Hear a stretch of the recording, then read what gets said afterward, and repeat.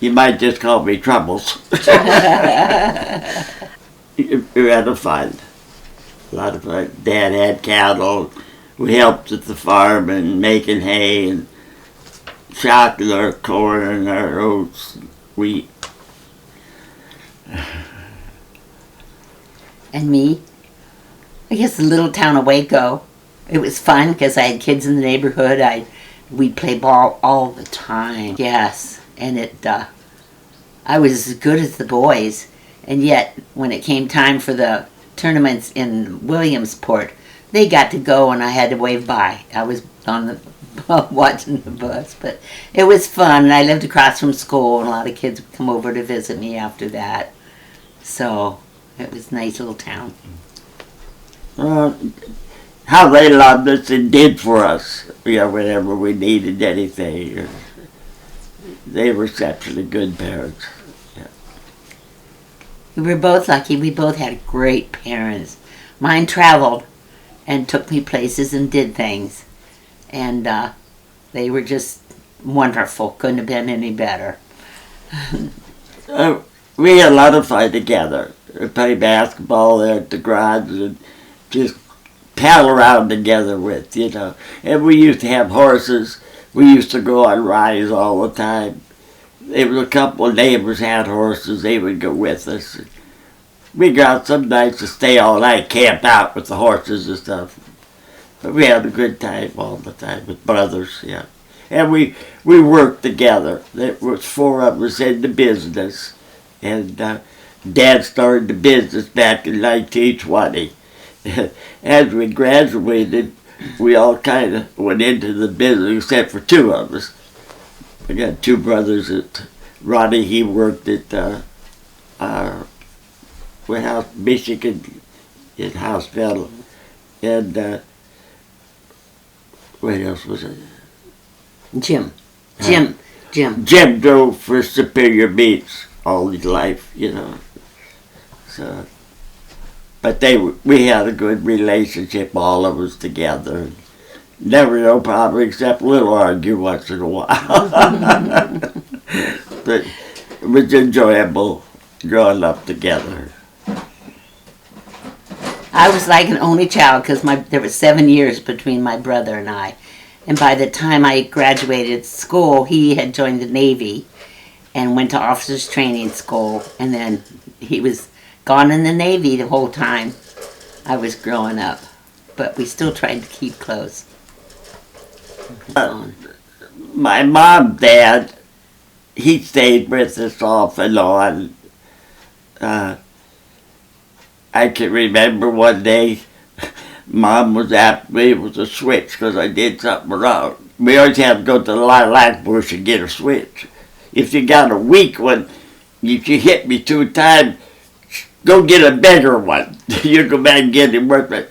But she was after me, and Grandpa used to lean his chair against the outside of the house, and there was an opening back there. And she was, I ran in behind the chair, and Mom started trying to hit me. And Grandpa said, "You're hitting me with that thing." So I ducked out and I started running across the driveway up behind the barn.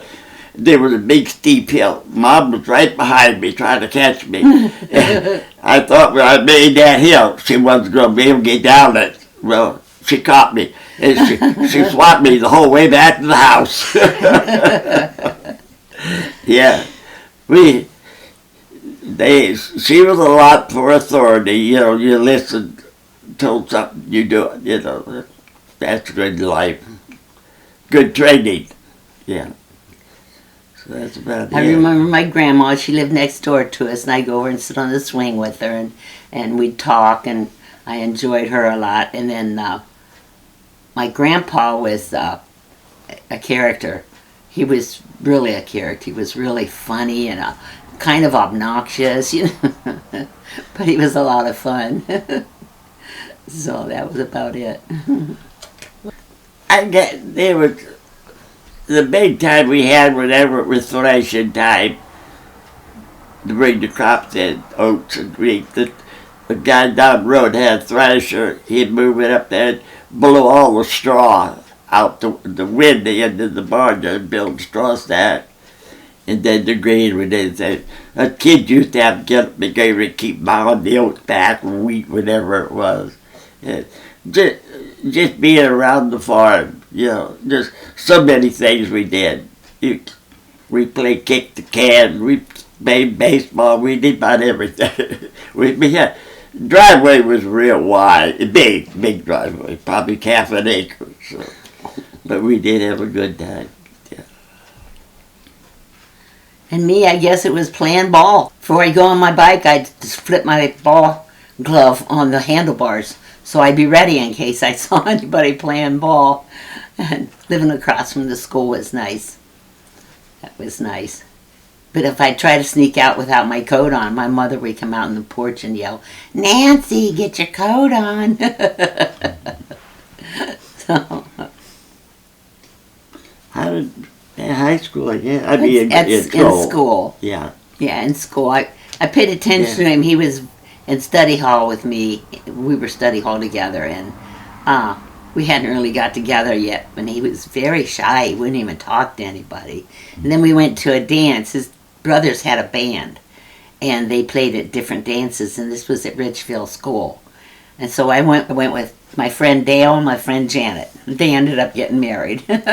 And so I told Dale, I said, go over and ask Cliff if he can join us, because he was on the other side. And so he went over and he said, Nancy wants you to dance with her. And I didn't know he did that. So Cliff came over and we danced together, and then we sort of started liking each other, So it was great. You gotta remember, that's the biggest mistake I ever made. Oh, don't say that. No, that was the best mistake I ever made. Okay, we got married at Moreland Christian Church. And where'd we go on our honeymoon?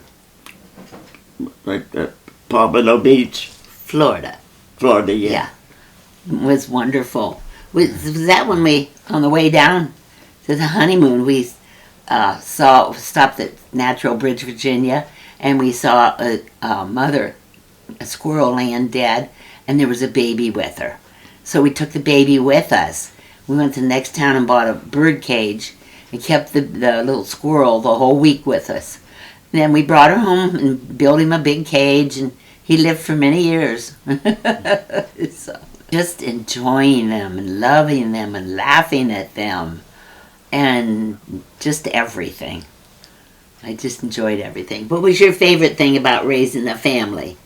The happiness made you feel inside, and trying the best you could to raise the kids, keep them all out of trouble.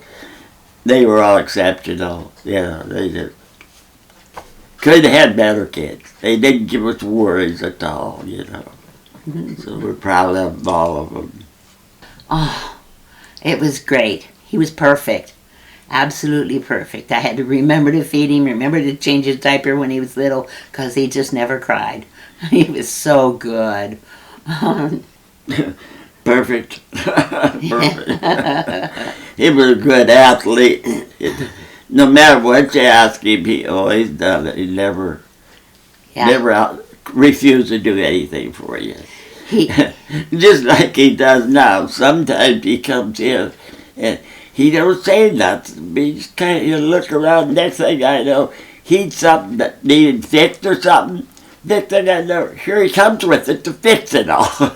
Just like he put us a new commode in there just a few months ago. And you never ask him. He remodeled, put plastic in where the shower is. All. When he was in high school, he remodeled that room in there and lowered the ceiling. And in that bedroom in there, he remodeled it and lowered the ceiling. That was his first project. In high school. And you look at the job he did. I can't imagine a high school kid doing that. And he got many awards at his football and his sports. Oh my. I forget all the awards he got. We sure enjoyed him immensely. I worked at the Leonard Agency in the Harder Bank building. It was like an insurance agency. For 3 years I worked there. And then I quit to have children. And then I went back to work later on at the East Canton cafeteria, which I loved. being around food and kids. I mean, what more could you want?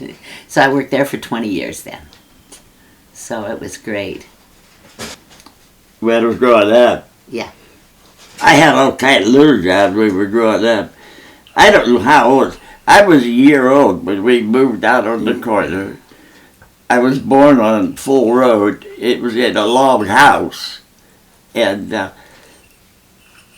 I was in school, but I had the job that it wasn't a beer joint then, it was a restaurant, Perks, at 5 Points they call it. And I worked for $5 a week, scrubbed the floors, cleaning the tables all the time, peeled potatoes, all that kind of stuff, for $5 a week. And then, I don't know what happened then, I think Bill Talbot, they moved or something. And the other people did also. That there was a place down on 62 at that same time. I did the same thing there. As soon as I lost my other job, I got me a job over there. Then I used to mow grass for Roy Weir, $1 every time on the push mower. Oh, that was hard to believe. Then the business. Them all the things you enjoy growing up, you know, did me good, taught me a lot. Then you went for work for the business. Yeah, I worked in the business for, high school. Actually for the time you was able to work, 13, 14 years old. We'd go out and we'd hand cement block or brick, with repair, shovel, gravel. And then I was about 17 and I started running the backhoe for Dad. His legs couldn't do it. His legs get tired. And we dug basements, put in septic systems, done footers and all that kind of stuff. And actually, that's what I did all them years, you know.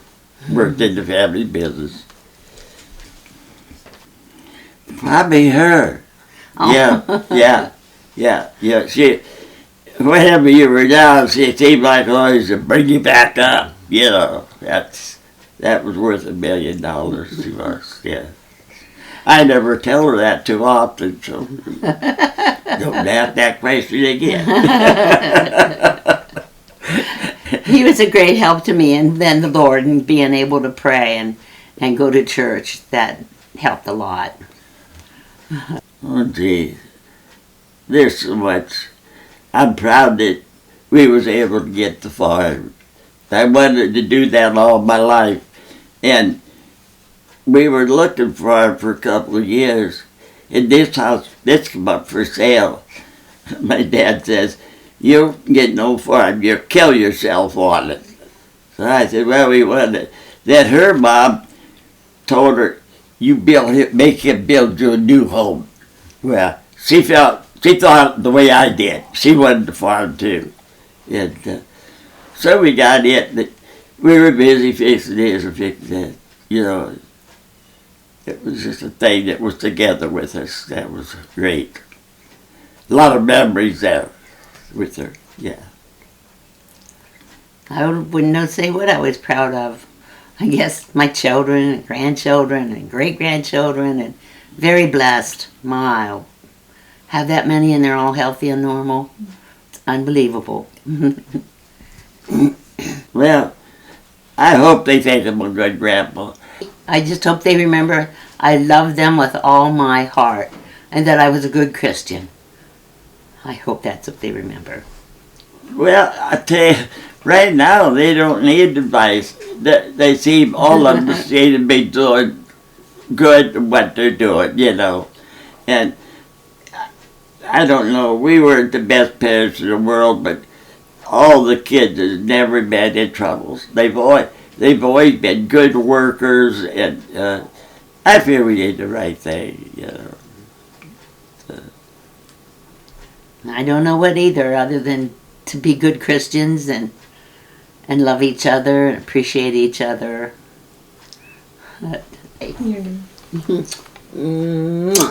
Wave goodbye to the camera.